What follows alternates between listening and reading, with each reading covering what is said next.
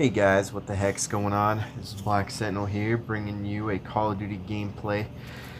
And guys, I've had to redo this commentary a few times because it sounded like I was complaining. Now, I don't want it to sound like I'm complaining. I'm trying to be more educational than anything with this topic here. And I want to talk about defensive, smart gameplay, and camping. Now, I know you guys are all like, oh, but just hear me out on this, alright? Now, I'm using the Spector here, silent with rapid fire. It is an SMG. It is amazing close quarters. 2 to 3 bullets, they're gone. You just pwn face with it.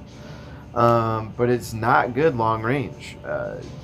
It's barely good medium range. So you need to be really careful not to get caught with your pants down. You want to create close quarters. You want to be in buildings. You want to be, short hallways. You want to have a lot of cover around you.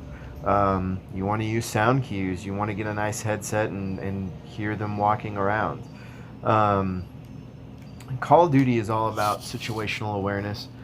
And if you can hear people or make it so they can't hear you, that easily gives you a leg up. If you know where the spawn points are, where popular flanking routes are, you will have a huge advantage over them.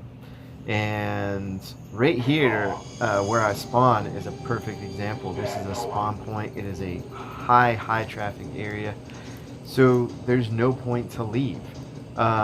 Because they're just going to keep being here over and over and over again. And I don't want to go 50 and 30 with, 3 guns and give you guys exciting rushing gameplay. I want to use a variety of weapons and perks. I want to play, smart and defensive, and I want to go 20 and 0. I want to get a good ratio, not, an insane amount of kills, but also an insane amount of deaths. Like, that's not fun for me. And so you gotta play what, I shouldn't say you have to, but if you want to do consistently well in Call of Duty, then you have to play the class that you've built to its strengths and know what its weaknesses are. If you got a sniper, but you're not like insanely good at quickscoping, which people online frown upon, by the way, then you need to hang back with it. You need to, pick people off long range. Now, I could bring rushing gameplay forever with the Galil, the FAMAS, the YOG, the 74U, whatever, because those guns are so overpowered in every way that you can do that with. But I would like to think you guys would get tired of seeing those 4 guns over and over and over again. Speaking of which, if you guys don't know, the gun I just picked up and am currently using is the FAMAS. They're everywhere because they're so good. And I'm like, I don't want to make videos using them over and over. I see them every game, and so do you guys, and it's boring. I want to, slap on the Olympia, which is really a stupid gun. And get a good game with it. And in order to do that, I need to know what its strengths are. I need to know what its weaknesses are. The Olympia is a 2-shot shotgun, reloads super slow, rate of fire is so-so. So you really don't want to rush with it. You don't want to rush into their spawn as well, because if you turn a corner and you see like 2 to 3 guys, you're gonna die. Because you don't have the bullets, you don't have the rate of fire, you don't have the reload speed, and plus the Olympia is pretty crappy, so you typically need both bullets to kill one guy. And it's like the Spector, close quarters, kills in 2 to 3 bullets. This gun is a beast, but long range, it bounces horrifically, and it's really hard to do. And right there, I got too aggressive. I should have just threw a stun and flanked around that rock and killed him, but I didn't. I chased him, and I ate a claymore for it. I'm just like, if you could help that, and you knew you could help that, why wouldn't you? And again, I'm not trying to complain. People frown on defensive play and camping, and they blur the two together. Camping is where you have a shotgun or, you know, a skill cannon, which is basically just one of the overpowered guns that everybody uses, and you sit in a corner and don't move the whole match, and you go like 2-0 or whatever, and you just wait for someone to walk by you. Like right there, I knew there was a guy up there, so I hid in the bush and shot him in the back. Tactics. I didn't just run at him, because maybe he could have gunned me down. I don't know. And I'm just like, yeah, like this guy right here, he's glitching and has double health. And you'll see he switches to a sniper, and right here I'm gonna tag him like 6-7 times, and then the guy he's also fighting tags him a whole bunch, and he won't go down, and I'm just like, people glitch in these games. They camp. They use the skill cannons, and I want to be smart and avoid them and be tactical, and I'm just trying to help, guys. That's all this commentary is just to show you. I feel like this video is a prime example of things you go up against. As I get mad and knife the air there. I'm just trying to show you, hey, if you play a gun to its strengths, you'll do well, and when you don't, it's a coin flip, and oftentimes you lose that coin flip, and you know, it's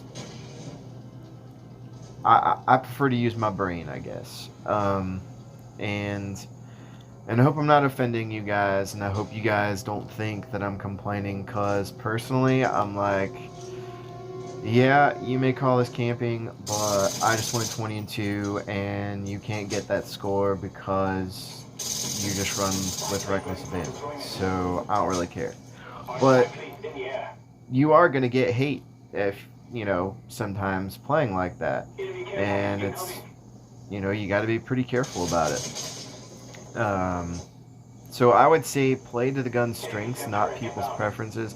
If you're playing a rushing gun, then rush with it. If you're playing a gun that requires you to hang back, then, you know, hang back. And, you know, maybe if, you know, they're like, hey, use this shotgun, but we want you to snipe with it.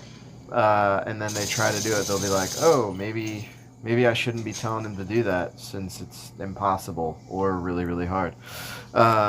You know, but anyway, guys, long story short, playing smart is better than playing reckless. Knowing when to be aggressive and hang back is key. Knowing when to rush and then when to just bait people to you and sit still. Like this area has a lot of cover. It has a lot of things to clip over. And they're just out in the open. It's easy to spot them. It's easy to shoot them in any part of their body.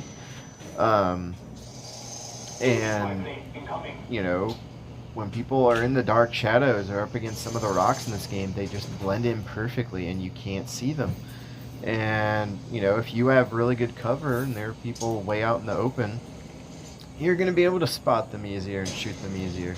And they're going to have a hard time getting you. You know, I like to drop and hide behind things when I reload, you know, because I don't want to get caught with my pants down. And, yeah. So anyway, guys, I hope this video was a little educational. Again, I'm not trying to complain here. I was just trying to clear the air and really help you discern what stuff is. The guy just spawns there. Case in point. But anyway, if you have not used the Spector Rapid Fire Silenced, I totally think you should. It is a great setup.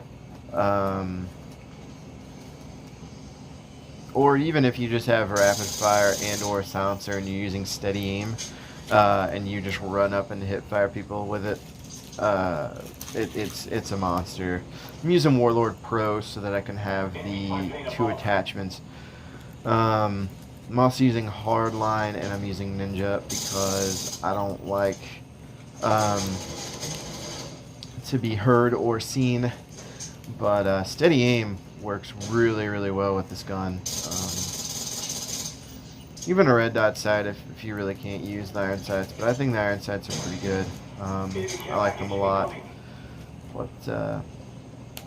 But yeah, it's a good gun. And I definitely recommend giving it a whirl if you have not. I wish I could have taken this guy's care package, but lost. I didn't get up there soon enough. But I will take that little secondary. I never see this gun used ever. One of the worst guns in the game.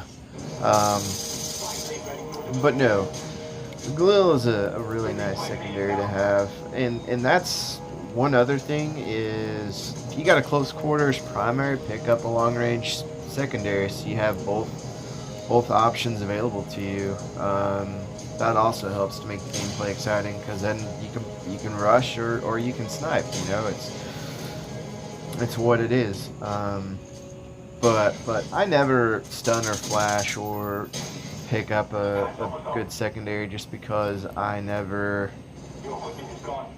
think to do it when I'm playing, and I can still do well without doing that, but if I were to do that I'd probably do a lot better.